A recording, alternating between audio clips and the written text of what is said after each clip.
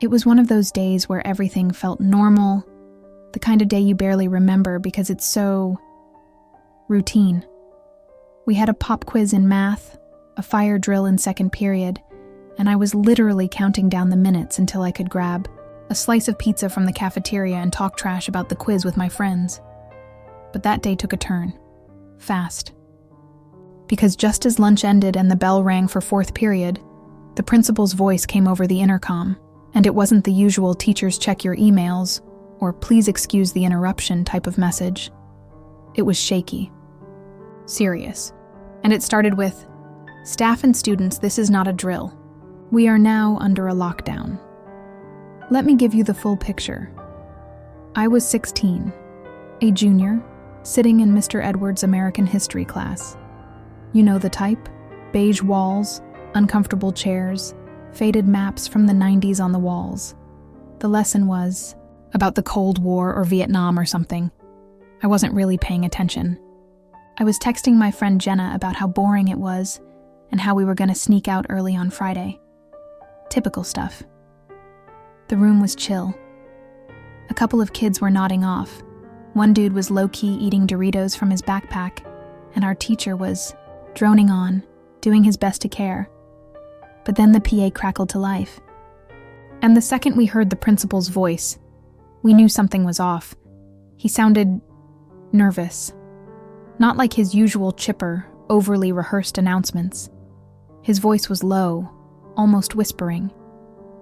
"This is not a drill. We are now in lockdown. Please follow all procedures immediately." Mr. Edwards didn't even hesitate. He locked the classroom door, turned off the lights, and told everyone, "Phones off, quiet, move to the back wall, now." The whole vibe in the room flipped in seconds. We went from bored to terrified.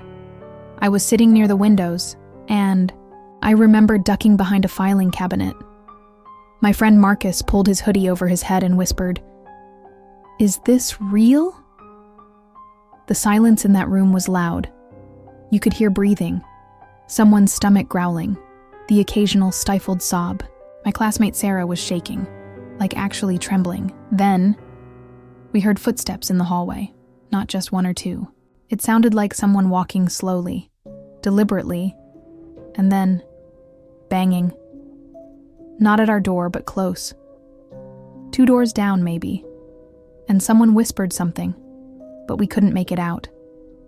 The scariest part? We didn't know if it was a cop, a teacher, or someone trying to get in. My heart was racing so hard I could feel it in my throat. That's when my phone buzzed. Just once. I looked down, super carefully. It was a text from my mom. "Are you okay? We just got an alert from the school, so yeah." Word was getting out. Fast.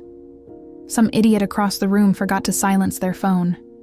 It went off, loud, with a ringtone like a freaking carnival horn. We all flinched, and Mr. Edwards gave them a death stare that could have melted steel. Outside, everything stayed quiet for a while. But that silence, it was worse than noise. Your mind starts filling in the blanks, imagining footsteps, gunshots, screaming. It's like your brain runs wild when it doesn't have information. One kid, Logan, started breathing super fast. He has anxiety, and honestly, I thought he was going to pass out. I gave him my water bottle and whispered, "Just breathe with me, dude."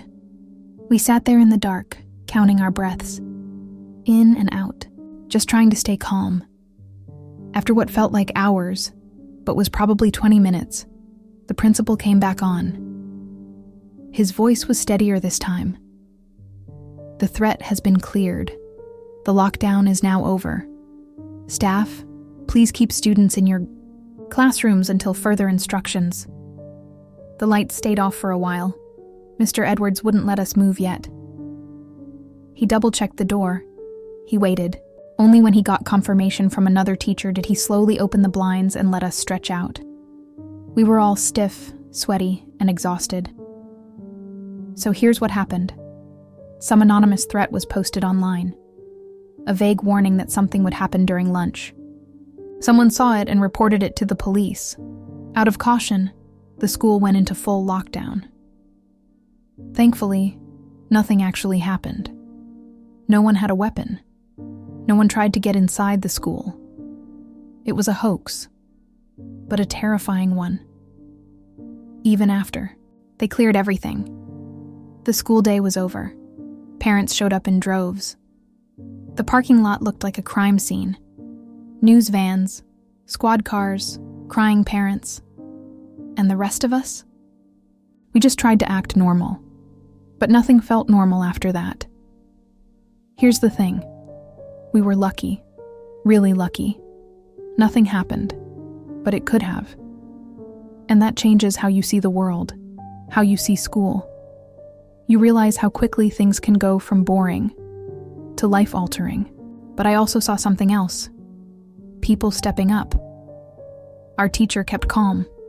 Students helped each other. No one panicked. We had each other's backs. And honestly, that mattered more than anything. If you've been through a lockdown, or even just felt scared in school, you're not alone.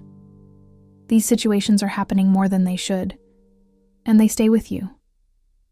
So talk about it. Share your story. Let someone know. Drop a comment below if you've ever gone through something like this. I'll be reading them. Let's make the comment section a safe place to vent, connect, and support each other.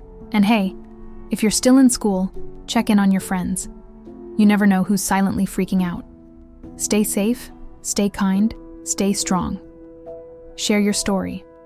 Like, subscribe for more true stories.